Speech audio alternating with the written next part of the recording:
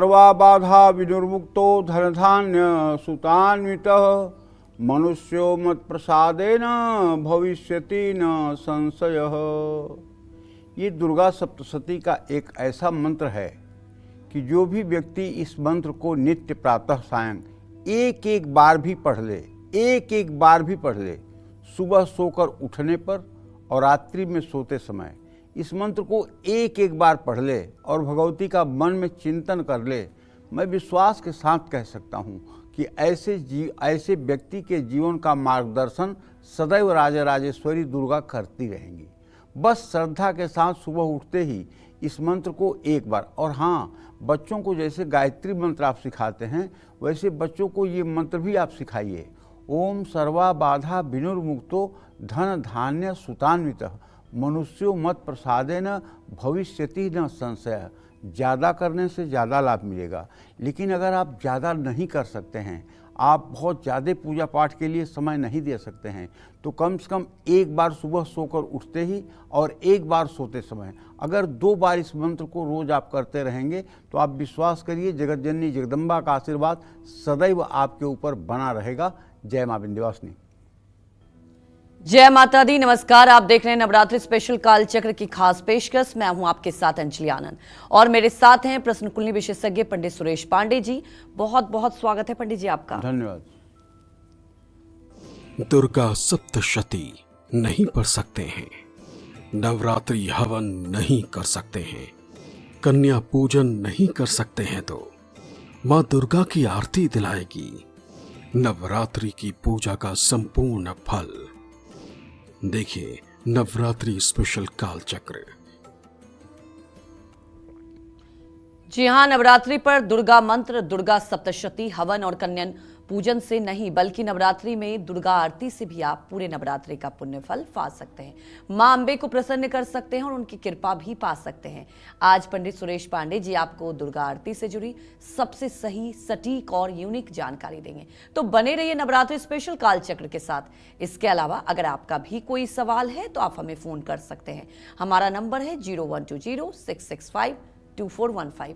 तो पंडित जी से चलिए आज की महत्वपूर्ण चर्चा की शुरुआत करेंगे, लेकिन उसके पहले आज का शुभ मुहूर्त जान लेते हैं। बताएं पंडित जी। आज 28 सितंबर 2025 दिन रविवार है। आज आश्विन शुक्ल पक्ष की छठ तिथि है, दोपहर 2:27 तक। इसके बाद सप्तमी शुरू हो जाएगी। ज्येष्ठा नक्षत्र रहेगा रात 3:55 तक। इसके बाद मूल नक्षत्र शुरू होगा। आयुष्मान योग रात 12:32 तक। इसके बाद सौभाग्य योग शुरू होगा। आज छठी नवरात्रि है। आज माँ कात्यायनी के पूजा का विधान है और इसी क्रम में आज के कुछ अशुभ मुहूर्त भी हैं। जैसे रोज की तरह आज रविवार है तो आज राहु काल रहेगा शाम 4:30 बजे से 6 बजे तक, और यमगंड काल रहेगा दोपहर 12:11 से दोपहर 1:41 तक, और गुलिक काल रहेगा दोपहर 3:11 से शाम 4:41 तक। जय मां विंध्यवासिनी। पंडित जी, अगर देखा जाए हम माँ की आराधना कर रहे हैं, दर्शन कर रहे हैं, तो आज की बात की जाए तो किस मंत्र से माँ की आराधना की शुरुआत करनी चाहिए? देखिए ऐसा है, जब आपने माँ कहा ना तो माँ शब्द से ही माता की शुरुआत करनी चाहिए पूजा की। और जैसे छोटा बच्चा अगर माँ के लिए मचलता है तो दुनिया के सारे खिलौने उसे दे दिया जाए, लेकिन वो तब तक चुप नहीं होगा जब तक उसे माँ की गोदी नहीं मिलेगी। चाहे जितने खिलौने दे दीजिए, चाहे जितने उसको मतलब कि अच्छे अच्छे चीज़ें, टॉफ़ी वगैरह दे दीजिए, लेकिन अगर उसने रोना शुरू किया है माँ के लिए तो माँ को ही पाके वो दम लेगा। इसी तरह से जब व्यक्ति की भावना माँ के लिए होती है और दोनों आंसुओं से माँ के लिए अश्रुपात होता है, आंसुओं की झरझर झरझर धारा गिरती है माता के वियोग में, तब आप समझ लीजिएगा कि माता का आंचल शीघ्र ही उसके सर पे पड़ने वाला है। रही बात मंत्र की जी, जगत जननी जगदम्बा ये मंत्र की ही अधिष्ठात्री देवी हैं, यही सरस्वती हैं। यही महाकाली हैं, यही महालक्ष्मी हैं, यही त्रिगुणात्मिका हैं। और जितनी बोलने की शक्ति और सामर्थ्य है सब इन्हीं का दिया हुआ तो है। जानती हो, भगवान शिव देवाधिदेव महादेव हैं जी। भगवान शिव देवाधिदेव महादेव हैं, लेकिन उनका नाम जो शिव है, उस शिव नाम में से अगर ई निकाल लिया जाए, सी में से ई निकाल लिया जाए तो बचेगा 100 जी। क्योंकि इकार यही शक्ति का वाचक है। इकार जो है शक्ति का वाचक है जी। शक्ति का प्रतिनिधित्व तो इकार करता है। तो जब शक्ति के क्षीण होने पर, शक्ति के विलग होने पर देवाधिदेव महादेव सब हो सकते हैं, तो फिर साधारण मनुष्य की क्या औकात। इसलिए हमें माता के लिए मंत्र, तंत्र, इन सब चीज़ों के चक्कर में बहुत ज़्यादा नहीं परेशान होना चाहिए। हमें अपनी भावना को माता के प्रति अटूट बनाना चाहिए। और जहाँ तक मंत्रों की बात है, तो दुर्गा सप्तशती के 5वें अध्याय में जब आप पढ़ेंगे तो वहाँ मंत्र लिखा हुआ है, या देवी सर्वभूतेषु विष्णुमायेति शब्दिता नमस्तस्यै नमस्तस्यै नमस्तस्यै नमो नमः। या देवी सर्वभूतेषु चैतन्येत्य विधीयते नमस्तस्यै नमस्तस्यै नमस्तस्यै नमो नमः। या देवी सर्वभूतेषु बुद्धिरूपेण संस्थिता नमस्तस्यै नमस्तस्यै नमस्तस्यै नमो नमः। इस मंत्र को भी रोज कहना चाहिए कि या देवी सर्वभूतेषु बुद्धि रूपेण संस्था, हे देवी आप मेरे बुद्धि के रूप में प्रकट हों। या देवी सर्वभूतेषु निद्रा रूपेण संस्थिता नमस्तस्यै नमस्तस्यै नमस्तस्यै नमो नमः। या देवी सर्वभूतेषु क्षुधा रूपेण संस्थिता नमस्तस्यै नमस्तस्यै नमस्तस्यै नमो नमः। या देवी सर्वभूतेषु छाया रूपेण संस्थिता नमस्तस्यै नमस्तस्यै नमस्तस्यै नमो नमः। या देवी सर्वभूतेषु शक्ति रूपेण संस्थिता नमस्तस्यै नमस्तस्यै नमस्तस्यै नमो नमः। या देवी सर्वभूतेषु तृष्णा रूपेण संस्थिता नमस्तस्यै नमस्तस्यै नमस्तस्यै नमो नमः। या देवी सर्वभूतेषु शांति रूपेण संस्थिता नमस्तस्यै नमस्तस्यै नमस्तस्यै नमो नमः। या देवी सर्वभूतेषु जाति रूपेण संस्थिता नमस्तस्यै नमस्तस्यै नमस्तस्यै नमो नमः। या देवी सर्वभूतेषु लज्जा रूपेण संस्थिता नमस्तस्यै नमस्तस्यै नमस्तस्यै नमो नमः। या देवी सर्वभूतेषु शांति रूपेण संस्थिता नमस्तस्यै नमस्तस्यै नमस्तस्यै नमो नमः। या देवी सर्वभूतेषु श्रद्धा रूपेण संस्थिता नमस्तस्यै नमस्तस्यै नमस्तस्यै नमो नमः। या देवी सर्वभूतेषु कांति रूपेण संस्थिता नमस्तस्यै नमस्तस्यै नमस्तस्यै नमो नमः। या देवी सर्वभूतेषु लक्ष्मी रूपेण संस्थिता नमस्तस्यै नमस्तस्यै नमस्तस्यै नमो नमः। या देवी सर्वभूतेषु कांति रूपेण संस्थिता नमस्तस्यै नमस्तस्यै नमस्तस्यै नमो नमः। या देवी सर्वभूतेषु स्मृति रूपेण संस्थिता नमस्तस्यै नमस्तस्यै नमस्तस्यै नमो नमः। या देवी सर्वभूतेषु दया रूपेण संस्थिता नमस्तस्यै नमस्तस्यै नमस्तस्यै नमो नमः। या देवी सर्वभूतेषु तुष्टि रूपेण संस्थिता नमस्तस्यै नमस्तस्यै नमस्तस्यै नमो नमः। या देवी सर्वभूतेषु मातृरूपेण संस्थिता नमस्तस्यै नमस्तस्यै नमस्तस्यै नमो नमः। या देवी सर्वभूतेषु भ्रांति रूपेण संस्थिता नमस्तस्यै नमस्तस्यै नमस्तस्यै नमो नमः। इंद्रियाणाम अधिष्ठाति भूतानां चाखिलेषु या भूतेषु सत्तं तस्यै व्याप्तिदेव्यै नमो नमः। चित्तरूपेण या कृष्णम् एतद् व्याप्ते स्थितं जगत् नमस्तस्यै नमस्तस्यै नमस्तस्यै नमो नमः। जय माँ विंध्यवासिनी। अगर आप रोज दुर्गा सप्तशती का संपूर्ण पाठ करने में असक्षम हैं, समयाभाव है, तो आप दुर्गा सप्तशती के 5वें अध्याय में इन मंत्रों का अगर रोज नित्य पाठ कर लें तो भी आपको सारी शक्तियां प्राप्त हो जाएंगी। और एक बात अच्छी तरह से जान लीजिए, जिस दिन आप अहंकार का त्याग करके अपने अंदर के मैं को भूल करके और भगवती के चरणों के आश्रित बन जाएंगे, उसी समय भगवती आपके हाथ को पकड़ लेंगी और आपके सारे दुखों को क्षण भर में दूर कर देंगी। इसमें कोई संशय की गुंजाइश नहीं है। माता अपने भक्तों के लिए क्या नहीं कर सकती है। भक्त तो केवल 4 पुरुषार्थ चाहते हैं, धर्म, अर्थ, काम, मोक्ष, 4 पुरुषार्थ। लेकिन भगवती तो 5वां पुरुषार्थ भी दे देती हैं। 5वां पुरुषार्थ है उनकी भक्ति। आदमी डूब जाता है उनके भक्ति में। वो दया की सागर है। अपने दर्शकों से कहना चाहूँगा कि देखिए, यदि आप व्रत नहीं कर सकते, यदि आप पूजा पाठ नहीं कर सकते, तो कम से कम जो लोग नवरात्र का 9 दिन का व्रत कर रहे हैं, जो लोग भगवती की आराधना में तन्मय होकर लगे हुए हैं, अगर उनकी सेवा आपसे बन जाए तो भी आप मान लीजिए कि माता आप पर उतना ही प्रसन्न रहेंगी जितना व्रती के ऊपर। जैसे भगवान राम ने कहा है सबरी से कि सातव मोहि सममय जग देखा, मोते अधिक संत करी लेखा। मुझसे ज़्यादा मेरे भक्तों का सम्मान करो। ये कौन कहते हैं? भगवान श्री राम। किससे? सबरी से, नवधा भक्ति में। सातव मोहि सब मय जग देखा, मोते अधिक संत करी लेखा। और इसी तरह से श्रीमद् देवी भागवत महापुराण में लिखा हुआ है कि जो व्यक्ति दुर्गा साधकों का, दुर्गा के भक्तों का और दुर्गा के व्रती लोगों का सेवा सहयोग करता है, वह भी दुर्गा जी की कृपा दृष्टि से सराबोर हो जाता है। इसमें कोई संदेह की गुंजाइश रत्ती भर नहीं है। जय मां विंध्यवासिनी।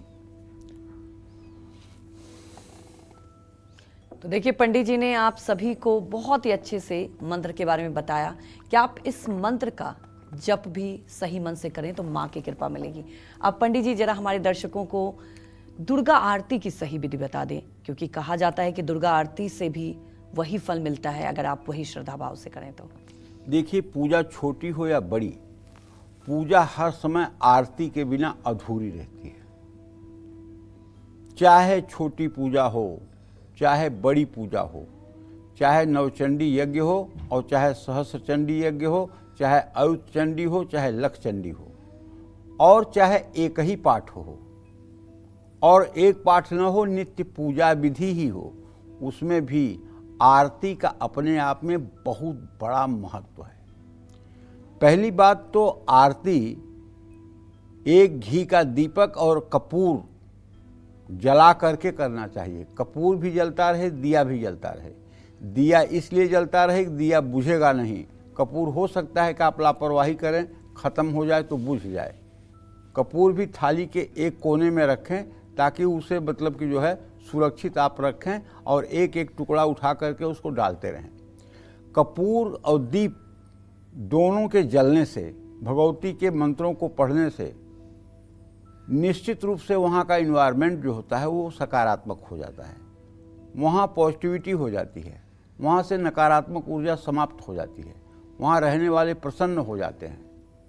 और बहुत सी माता की ऐसी आरती है जिसे अगर आप गाते हुए कर रहे हैं, पूत कपूत सुने हैं हमने न माता सुनी कुमाता, सब पे करुणा बरसाने वाली, दुखियों को दुख को हटाने वाली। तो कहने का मतलब, अगर आप भगवती की आरती मन से करते हैं तो निश्चित रूप से आपकी पूजा का जो भी अधूरापन है वो ठीक हो जाएगा।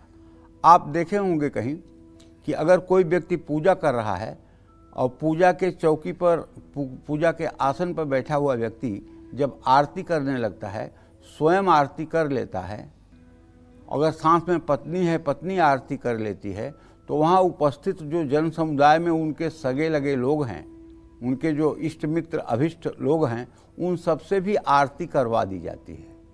क्योंकि अगर जो लोग आरती कर लेंगे वो भी पुण्य के भागीदार हो जाएंगे। इसलिए संकल्प किसी का हो, आरती कोई भी करेगा तो उसका कोई दोष नहीं होगा, बल्कि सभी लोगों के आरती करने से सभी लोगों की निगेटिविटी खत्म होगी, सभी लोगों के अंदर सकारात्मक ऊर्जा का प्रवाह होगा। और जहाँ ये पूजा हो रही है वहाँ का तो निश्चित रूप से वायुमंडल बहुत ही सकारात्मक हो जाएगा, इसमें तो जरा सा भी संदेह करना ही नहीं चाहिए। और एक बात आप देखिए प्रैक्टिकल में, जिन घरों में रोज़ सुबह शाम आरती होती है, चाहे राम दरबार की आरती होती हो, चाहे राधा कृष्ण की आरती होती हो, चाहे जगत जननी जगदम्बा माँ दुर्गा की आरती होती हो, माँ विंध्यवासिनी की आरती होती हो, माँ महालक्ष्मी की आरती होती हो, उस घर में नकारात्मक ऊर्जा का प्रवेश नहीं होता है। जिन घरों में भी दोनों समय चाहे जितना वास्तु दोष हो आपके घर में, लेकिन अगर आपके घर में आरती रोज सुबह शाम अच्छी होती है तो उस नकारात्मक दोष को भी समन करने की सामर्थ्य आरती में है। जय माँ विंध्यवासिनी। तो पंडित जी ने आपको दुर्गा आरती के बारे में तो बता दिया, और अब पंडित जी आपको दुर्गा आरती से जुड़े लाभ भी बताएंगे। बताएं पंडित जी। देखिए, नवरात्रि में हर दिन माँ दुर्गा की आरती करने से जीवन में बार बार आ रही रुकावटों से मुक्ति मिलती है। तनाव अगर है, मन दुखी रहता है, तो माँ दुर्गा की आरती करने से निश्चित रूप से मन में शांति आती है। आपको जीवन में कोई उलझन महसूस हो रही है तो नवरात्रि में माँ दुर्गा की आरती करने से निश्चित रूप से आपको लाभ मिलेगा। माँ दुर्गा की पूजा करने से और हर रोज इनकी आरती करने से परिवार का यश बढ़ता है, नकारात्मक शक्तियों का प्रभाव कम हो जाता है। देखिए, यही संपूजिता नित्यम प्रसादय धन भोजनय ददाति वित्तम पुत्राणाम मत धर्मे गतिम शुभाम, 12वें अध्याय का श्लोक है, दुर्गा सप्तशती के 12वें अध्याय का। जो नित्य भगवती का प्रसादय धन भोजनय, गंधाक्षत पुष्प धूप दीप नैवेद्य से जो नित्य भगवती की पूजा करते हैं, उसको भगवती धर्म अर्थ काम मोक्ष चारों पुरुषार्थ सहजता के साथ प्रदान कर देती है। आपकी किस्मत में कितना भी दुर्भाग्य लिखा हो, आपकी जन्म कुंडली कितनी भी खराब हो,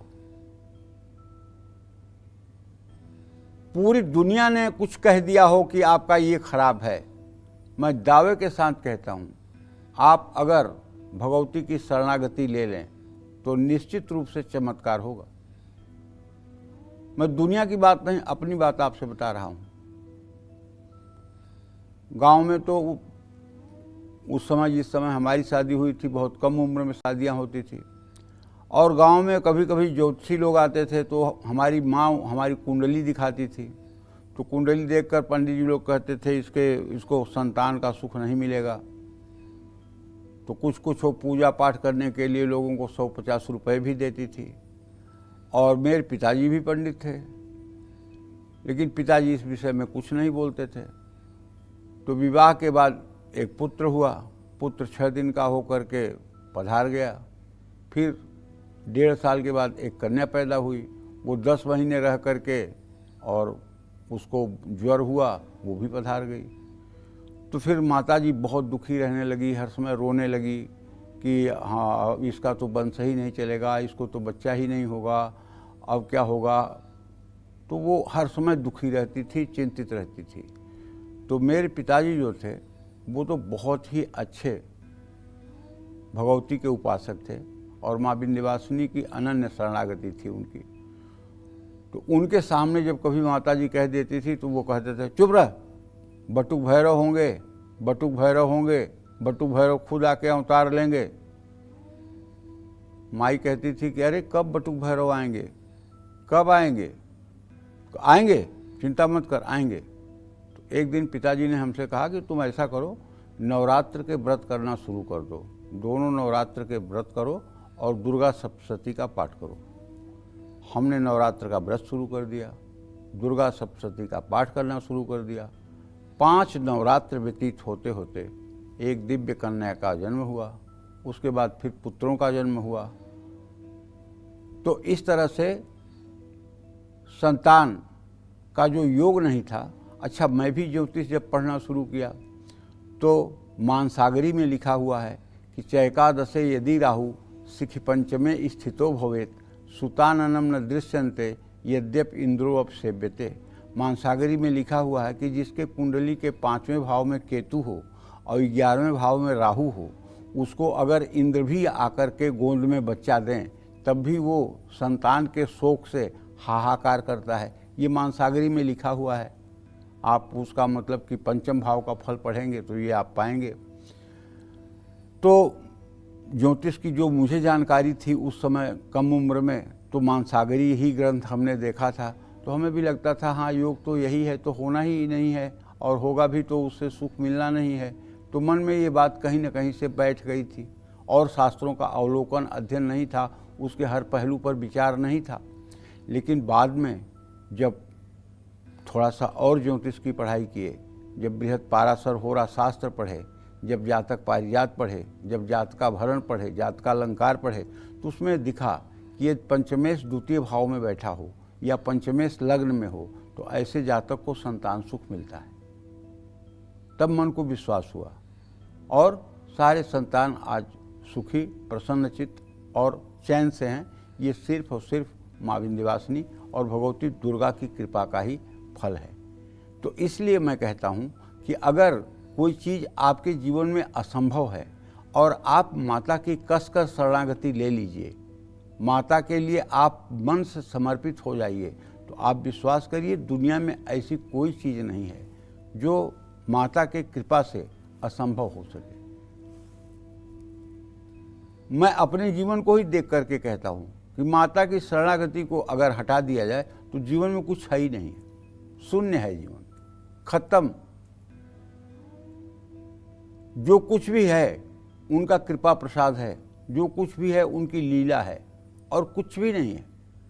इसलिए मैं अपने दर्शकों से चाहता हूँ, हाथ जोड़ के भी निवेदन करता हूँ कि देखिए, अगर पुरुष काम कर रहे हैं 8 घंटे, 10 घंटे, 12 घंटे सर्विस कर रहे हैं, व्यवसाय कर रहे हैं, उनके पास समय नहीं है, तो घर में रहने वाली जो महिलाएं हैं, जो देवियां हैं, घर में रहती हैं, जो किसी नौकरी में नहीं जाती हैं, उन्हें कम से कम घर के काम को करते हुए भी 16-16 बार श्री सूक्तम का पाठ सुबह शाम घर में कर लेना चाहिए और एक अच्छे से श्री यंत्र रख करके उसका जल, दूध, गन्ने का रस या चीनी का रस, शहद, घी, दही और फिर शुद्ध जल से अभिषेक करना चाहिए।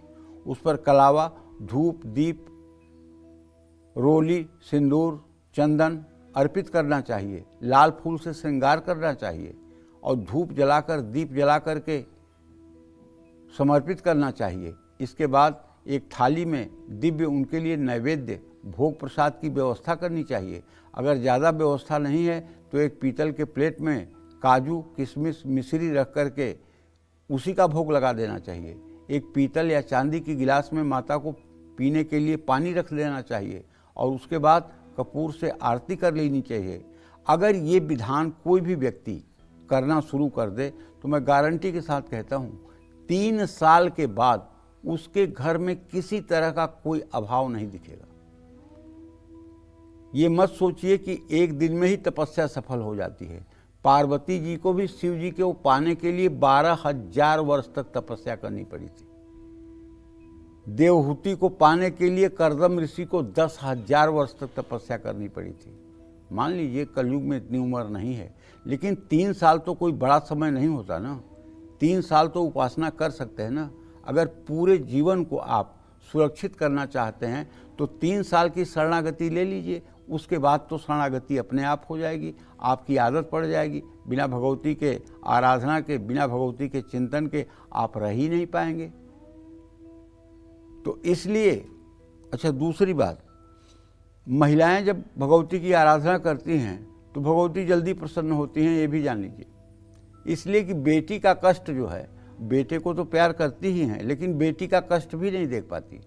अगर कोई महिला ये कहे अकेले में कमरा बंद करके माता से, दुर्गा प्रतिमा के सामने या श्री यंत्र के सामने या दुर्गा जी के चित्र के सामने, तूने मुझे क्यों पैदा किया है, तुमने मुझे पैदा किया, इसका उद्देश्य क्या है?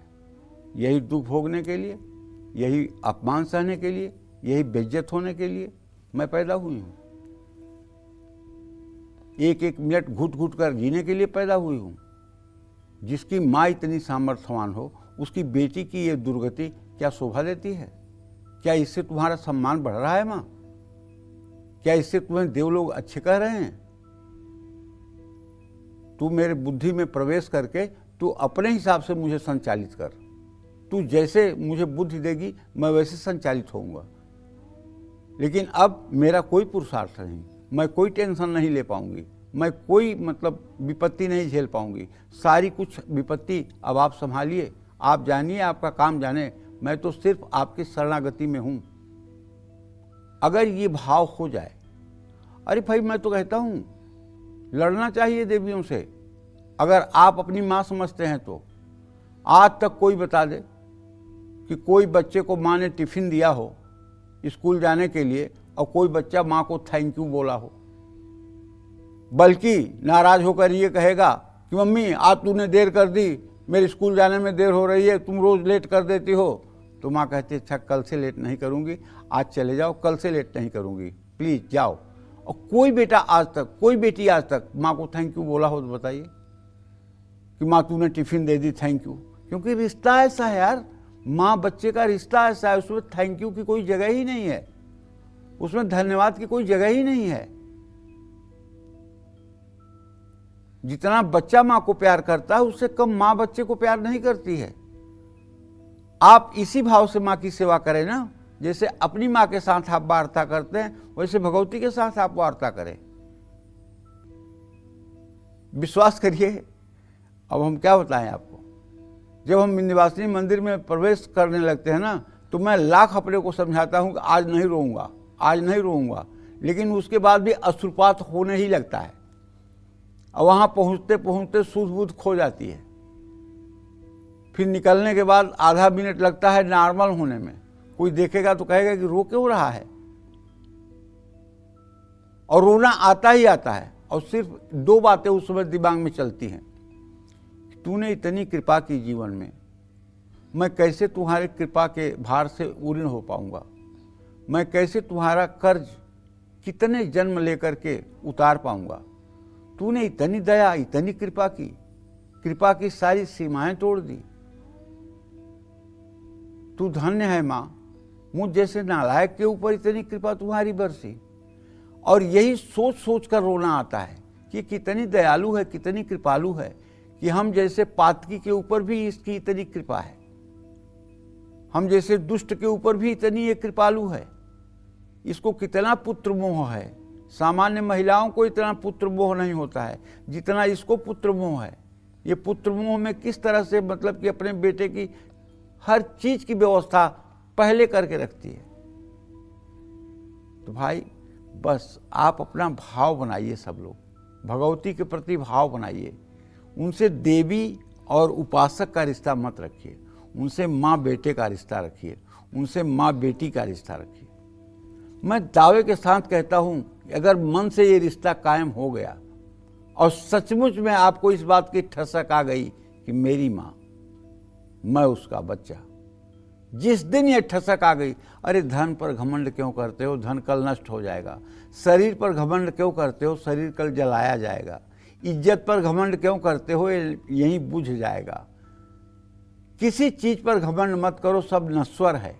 अगर घमंड करना ही है तो बस एक चीज का घमंड करो, मैं माँ का और माँ मेरी। ये ठसक होनी चाहिए। पूरी दुनिया आपको समझाए लेकिन समझने के लिए तैयार मत होइए। माँ मेरी, मैं माँ का।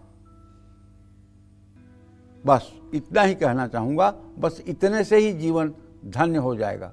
मैं आपको बताऊं, नवरात्र में जब कुछ लोग व्रत करते हैं, पता नहीं शहरों में कैसे करते हैं, गांव में, छूना मत, ये पानी मत छूना, ये इधर मत छूना, ये अशुद्ध हो जाएगा। मैं व्रत हूँ ना 9 दिन का, तो हमारा भी 9 दिन का नवरात्र का व्रत चल रहा था, 7वां 8वां साल रहा होगा। और मैं घर पर था तो एक आदमी आ गया हमसे मिलने, पंडिताई कुछ पूछने के लिए। तो फिर मैंने कुछ बताया होता है। उसके बाद उसने किया क्या था कि साइकिल पर चने का पेड़ बांधा हुआ था, चने के पेड़ जिसमें फल लगे होते हैं। मैं ऐसे बात करते करते उसके साइकिल के पास चला गया और उससे बात करते करते चने का एक कि दाना तोड़ करके और उसको छिल करके मैंने खा लिया। तब तक मेरी माँ देखी, अरे चिल्लाई बड़ी तेज, अरे तू क्या कर रहा है, तू व्रत है, तू चना खा रहा है, तू अन्न खा रहा है, तेरा व्रत खंडित हो गया। हमने कहा व्रत कुछ नहीं खंडित हुआ है, मैंने जानबूझ के कुछ नहीं खाया है, माता चना खाना चाहती होंगी इसलिए मुझे खिलवा दिया, मैं व्रत ना तोड़ने वाला हूँ। और मैंने पूरा व्रत किया, विश्वास करिए मैंने पूरा व्रत किया, क्योंकि मैं एकदम अचेतन अवस्था में खाया था, मैंने जानबूझ करके नहीं खाया था, माँ की ही चाहत रही होगी। तो इसलिए अगर गलती भी हो जाती है तो उसको माँ कैसे माफ़ कर देती है, ये भी अपने आप में एक विचित्र संयोग है। अगर आपसे भूल चूक में कोई गलती भी हो रही है ना, माँ उसको नज़रअंदाज कर देती है, उसको नहीं देखती है कि आपने भूल चूक क्या किया है, आपके भूल चूक को माफ़ कर देती है, हंस करके माफ़ करती है। तो इसलिए भगवती के साथ अपना संबंध बनाना चाहिए। जय मां विंध्यवासिनी। बाकी पंडित जी, आप अपनी जब व्यथा बता रहे थे माँ के साथ, मतलब मुझे लगता है भावुक करने वाला ये पल था, क्योंकि माँ से रिश्ता ही ऐसा होता है। और अब चर्चा को आगे बढ़ाते हैं, क्योंकि मैं भी थोड़ी भावुक हो गई। तो आप जानते हैं कि दुर्गा आरती करने के नियमों के बारे में, ये भी माँ के लिए अगर आप आरती करते हैं तो कैसे करें, बताएं पंडित जी। देखो, नवरात्रि में माँ दुर्गा की आरती, नवरात्रों में माँ दुर्गा की आरती सुबह शाम दोनों समय करनी चाहिए। मैं तो कहूँगा कि अगर आप घर में रहते हो तो तीनों समय करनी चाहिए, सुबह भी, दोपहर भी, शाम को भी। जानते हैं विंध्याचल में कितनी आरती होती है? 4। सुबह 4 बजे भोर से 5 बजे तक मंगला आरती, दोपहर 12 बजे से 1 बजे तक, शाम को 7 से 8 बजे तक, और रात में 9 से 9:30 बजे तक। ये 4 आरती होती है। और चारों आरती में आप अगर माता का दर्शन करेंगे तो अलग अलग रूप आपको दिखाई देगा। प्रातः की मंगला आरती में अगर वो आपको बच्चे के रूप में दिखाई देंगी, तो दोपहर की आरती में वो आपको पूरा तंदुरुस्त दिखाई देंगी, शाम की आरती में वो थोड़ी सी वृद्धावस्था में दिखाई देंगी, लेकिन रात्रि की आरती में वो एकदम त्रैलोक्य सुंदरी के रूप में दिखाई देती हैं, जैसे पूरे त्रैलोक्य को उन्होंने मोहित कर दिया है। तो 4 आरती होती है। अगर हम अपने घर में 3 आरती भी कर लें, सुबह दोपहर शाम, तो फिर आनंद आ जाएगा। और आरती को पूरे विधि विधान से करना चाहिए। अगर आरती पूरे विधि विधान से हो गई तो पूजा में कोई न्यूनता भी है तो वो स्वीकार हो जाती है। आरती से पहले माँ दुर्गा के मंत्रों से 3 बार पुष्पांजलि देनी चाहिए। इसके बाद शंख, घड़ियाल, ढोल और नगाड़े आदि महावाद्यों से जय जयकार करना चाहिए। फिर घी या कपूर से विषम संख्या में बत्तियां जलाकर आरती शुरू करना चाहिए। दीपक में कलावे की बाती ही डालें। कलावा लाल रंग का होता है और मंगल का प्रतिनिधित्व करता है। कलावे की बाती से माँ दुर्गा की आरती करने से हर भय से मुक्ति मिलती है। माँ दुर्गा की आरती में गाय का घी प्रयोग करने, घी का संबंध सूर्य और गुरु ग्रह से है। इससे माँ की आरती करने से मान सम्मान बढ़ता है और सुख समृद्धि प्राप्त होती है। माँ दुर्गा की आरती में लौंग को घी के साथ प्रज्वलित करने से घर की नकारात्मक ऊर्जा, नज़र दोष समाप्त होती है और माँ दुर्गा की कृपा मिलती है। कपूर से माँ दुर्गा की आरती करने से परिवार के हर सदस्य के मन पर सकारात्मक प्रभाव पड़ता है। विषम संख्याओं में 3 बत्तियों का प्रयोग न करें। ज़्यादातर 5 बत्तियों से आरती की जाती है। इसे पंच प्रदीप भी कहा जाता है। कहीं कहीं 1, 7 या उससे भी अधिक बत्तियों से आरती की जाती है। पद्म पुराण में कहा गया है कि कुमकुम, अगर कपूर, घृत और चंदन की 7 या 5 बत्तियां बनाकर, रूई की बत्तियां बनाकर 7 बत्तियों से शंख घंटा बजाते हुए आरती करनी चाहिए। जय मां विंध्यवासिनी। सुरेश पांडे जी आपको नवरात्रि में मां दुर्गा की आरती से जुड़ी बेहद अहम जानकारी दे रहे हैं। चलिए आज की चर्चा को आगे बढ़ाते हैं और नवरात्रि में मां दुर्गा की आरती करने के और नियमों के बारे में पंडित जी से जानते हैं। पंडित जी बताएं। आरती को हमेशा ओंकार की तरफ घुमाना चाहिए। जैसे ओम लिखा है ना, ऐसे ऐसे ऐसे करके फिर ओम पूरा बनाना चाहिए। ये 7 बार करना चाहिए। ये ओंकार परम ब्रह्म का स्वरूप है, परम ब्रह्म का सूचक है। एतद अक्षरम ज्ञात्वा ब्रह्मलोके महीयते। और ये ओम किसी इंसान ने नहीं लिखा है, ये ओम अनहद नाद से प्रकट होता है। राधा स्वामी जो ब्यास वाले हैं, उनके बड़े बड़े सत्संग के स्थान हैं और सब बड़े भजनानंदी हैं। वहाँ अनहद नाद की साधना ही सिखाई जाती है।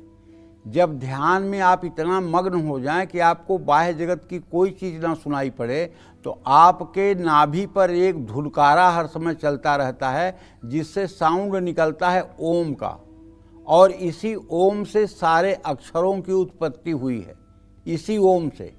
इसीलिए कहते हैं एतदालंबनम ज्ञात्वा ब्रह्मलोके महीयते, इसका अवलंब कर लेने से ब्रह्मलोक की प्राप्ति होती है। भगवान श्री कृष्ण ने भी गीता में कहा है कि साधक को चाहिए कि वो स्वस्थ बैठ करके अपने मेरुदंड को सीधा करके और अपने दोनों मतलब कि आँखों से नाक के अग्रभाग पर ध्यान करे और ओम का चिंतन करे, तो वो हमारा सबसे बढ़िया योगी है। दोनों आँखों से नाक के अग्रभाग पर ध्यान करना और ओंकार का चिंतन करना, ये बहुत बड़ी साधना है। तो आप आरती भी कर रहे हैं तो ओंकार, जैसे ओम लिखा जाता है हवा में, वैसे आरती की थाली को ऐसे घुमाइए कि ओम बन जाए।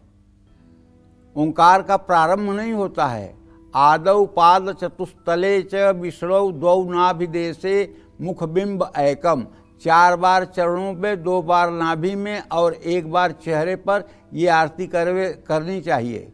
सर्वेषु चांगेषु च सप्तवारा नारार्तिकम भक्त जनस्तु कुर्यात, मतलब 7 बार ये आरती करनी चाहिए। 1 बार माँ दुर्गा के मुख के पास, 2 बार माँ दुर्गा की नाभि के पास और 4 बार माँ दुर्गा के चरणों में आरती घुमानी चाहिए। 14 बार आरती घुमाने का अर्थ क्या होता है, ये मैं भी आपको बताता हूँ। 14 बार आरती घुमाने का अर्थ है 14 भुवन से है और 7 लोग ऊपर के, 7 लोग नीचे के। आरती संपन्न हो जाने के बाद दीपक के ऊपर अपने दोनों हथेलियों को रख करके अपने माथे, कान, आँख और मुख पर रखें। आरती संपन्न होने के बाद एक मंत्र जरूर बोलें, कर्पूर गौरम करुणावतारम संसार सारम भुजगेंद्रहारम सदा वसंतम हृदयारविंदे भवम भवानी सहितम नमामि। ये भगवान शिव जी की प्रार्थना है। चाहे जहाँ आरती हो, अटक से कटक तक, कन्याकुमारी से कश्मीर तक, ये मंत्र बिना बोले आरती पूरी नहीं होती है। ये मंत्र बिना बोले भगवान शिव की आरती पूरी नहीं होती है। इसलिए चाहे जहाँ का ब्राह्मण हो, अटक से कटक तक, कन्याकुमारी से कश्मीर तक, पूरे भारत की बात कर रहा हूँ, और अब जो विदेश में सनातनी रह रहे हैं उनकी भी बात कर रहा हूँ। ये मंत्र जरूर कहेंगे, कर्पूर गौरम करुणावतारम संसार सारम भुजगेंद्रहारम सदा वसंतम हृदयारविंदे भवम भवानी सहितम नमामि। ये जरूर कहेंगे और ये सबको याद भी होना चाहिए।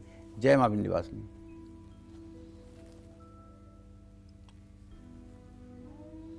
तो किस दीपक से माँ दुर्गा की आरती का पाठ नहीं करना चाहिए और कब माँ दुर्गा की आरती करने से बचना चाहिए, बताएं पंडित जी। देखिए, आरती खंडित हो तो इसका ध्यान रखें। आरती अखंड दीपक से कभी भी माँ दुर्गा की आरती न करें। बहुत लोग अपने घर में अखंड दिया जलाते हैं ना, तो ऐसा ना हो कि आप उसी दिए को उठाकर आरती करने लगे। ऐसी भूल कभी मत करिएगा, क्योंकि जो अखंड दीप आपने रखा है उसके नीचे चावल की एक ढेरी रखी होगी, उसके ऊपर आपने एक सरसों के तेल का और एक घी का दिया जलाया होगा।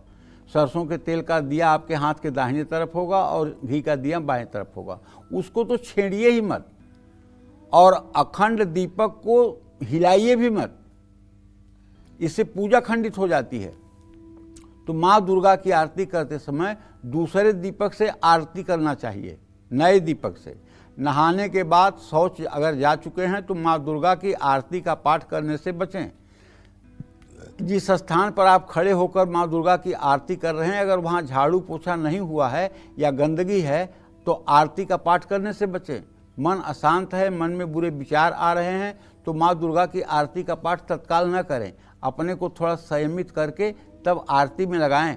आरती करते समय जैसे अग्नि की मतलब की जो किरणें हैं वो प्रकाशित हो रही हैं, उसी तरह से आरती करते समय आपके चेहरे पर भी प्रसन्नता का भाव होना चाहिए। मलिन मुखमंडल करके और आरती मत करिए। अरे भाई, एक्टिंग भी तो कोई चीज़ है। फिल्मों में नकली शादियों की एक्टिंग होती है, नकली बच्चे पैदा होते हैं, तो क्या लगता है कि नकली है? सब कुछ लगता है असली है। और ये जीवन पूरा ड्रामा है, कुछ नहीं हकीकत है। आपको जो स्वांग मिला है भगवान की तरफ से, जो एक्टिंग, जो रोल मिला है, आप वही कर रहे हैं। जिस दिन आपका प्रोड्यूसर चाहेगा उस दिन आपका काम खत्म कर देगा। यहाँ कोई किसी का पिता नहीं, कोई किसी का पुत्र नहीं, कोई किसी की पत्नी नहीं, कोई किसी की बहन नहीं, कोई किसी का भाई नहीं। एक रोल मिला हुआ है आपको, वही आपको करना है। रोल अगर अच्छा करेंगे तो वाह वाह और तालियां, रोल अगर खराब कर दिया तो बद्दुआ।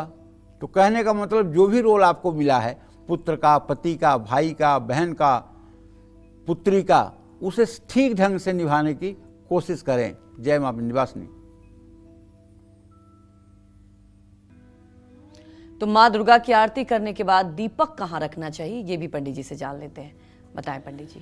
तीनों तरह की संध्या में, प्रातः संध्या, मध्याह्न संध्या और सायं संध्या, इन तीनों संध्या में अग्नि जलाना बहुत जरूरी है। आरती को संस्कृत में आरात्रिका या निराजन कहा जाता है। निराजन देवता को प्रणाम करने और पूजा में किसी भी गलती के लिए क्षमा मांगने का तरीका है। उत्तर पूर्व की ओर मुंह करके आरती करें और आरती करने के बाद दीपक को नैऋत्य कोण में रखें। पूर्व मुख होकर आरती कर रहे हैं तो दीपक पश्चिम दिशा में रखें। पश्चिम दिशा में दीपक जलाने से घर में सकारात्मक ऊर्जा का वास होता है।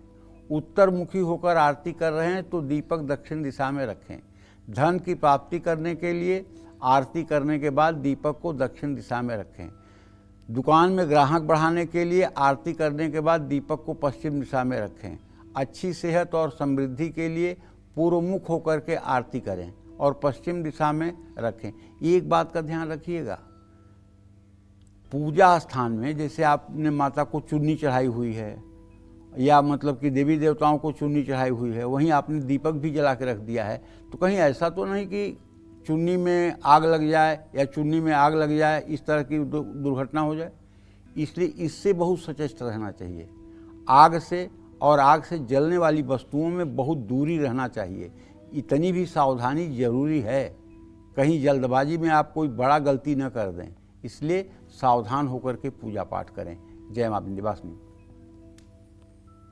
चलिए आज की चर्चा को आगे बढ़ाते हुए पंडित जी से जानते हैं कि महत्वपूर्ण कार्यों में आने वाली हर रुकावट और बाधा को दूर करने के लिए नवरात्र में किस मंत्र का जप करना चाहिए। बताएं पंडित जी। सर्वा बाधा प्रशमनम त्रैलोक्यस्याखिलेश्वरी एवमेव त्वया कार्यम अस्मद्वैरि विनाशनम। इस मंत्र का 2 जगह प्रयोग किया जा सकता है। अगर किसी के कारण, किसी व्यक्ति के कारण आपके कार्य में विघ्न उपस्थित किया जा रहा है, अगर किसी व्यक्ति के द्वारा आपकी आजीविका प्रभावित की जा रही है, यदि किसी व्यक्ति के द्वारा आपका भविष्य खराब किया जा रहा है, तो अगर इस मंत्र को आप 21 बार सुबह 21 बार शाम को कहते हुए और भैंस के घी में 21 दाने काली मिर्च के डाल करके, एक दाने काली मिर्च के और थोड़ा सा भैंस का घी, ये अगर गाय के गोबर के उपले पर हवन कर दें 21 बार, तो ज़्यादा से ज़्यादा 15 से 21 दिनों के बीच में आपकी उस समस्या का समाधान मिल जाएगा जिस समस्या से आप एकदम त्रस्त हो चुके हैं। जो कोई व्यक्ति के विरोध के कारण आपका जीवन डिस्टर्ब हो रहा है, ये उपाय करके देखिए। 21 बार करने में 2 मिनट से ज़्यादा नहीं लगेगा। और मैं पूरे दावे के साथ कहता हूँ, घर में करेंगे तो 1 गुना फल मिलेगा, पीपल के पेड़ के नीचे जाके करेंगे तो 100 गुना फल मिलेगा, शिवालय के प्रांगण में करेंगे तो लाख गुना फल मिलेगा। तो इस तरह से जहाँ भी उचित समझे वहाँ आप कर लें, निश्चित रूप से इससे लाभ होगा, इसमें कोई 2 राय नहीं है।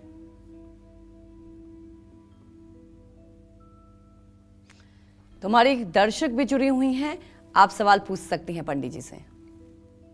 जय मां विंध्यवासिनी। पंडित जी खुश रहो बेटा, जोर से बोलो। हाँ जी पंडित जी, आपने बताया था कि हमारा नया बड़ा घर दिवाली के बाद और होली से पहले हो जाएगा। मैं ये जानना चाहती हूँ कि किस नंबर का घर होना चाहिए और पुराना घर हमारा अच्छी कीमत पे बिक जाए, इसके लिए कुछ बताइए पंडित जी। बेटा ऐसा है कि देखो, घर के नंबर की जहाँ तक बात है तो 1, 3, 5 9 मूलांक जिस नंबर का घर का आए वो घर आप ले लीजिए, 4 और 7 मूलांक से बचिए। और दूसरी बात, पुराना घर अच्छे दाम में बिक जाए, इसके लिए तो आप एक उपाय कर लीजिए। उपाय ये कर लीजिए कि जहाँ पर आपका पुराना घर है उस घर में बृहस्पतिवार को पीले कपड़े में पीली सरसों बांध करके और उसको कहीं घर के अंदर छिपा के रख दीजिए। तो आप देखिएगा 64 दिनों के अंदर उसका अच्छा ग्राहक आ जाएगा और एक समुचित आपको धनराशि भी मिल जाएगी।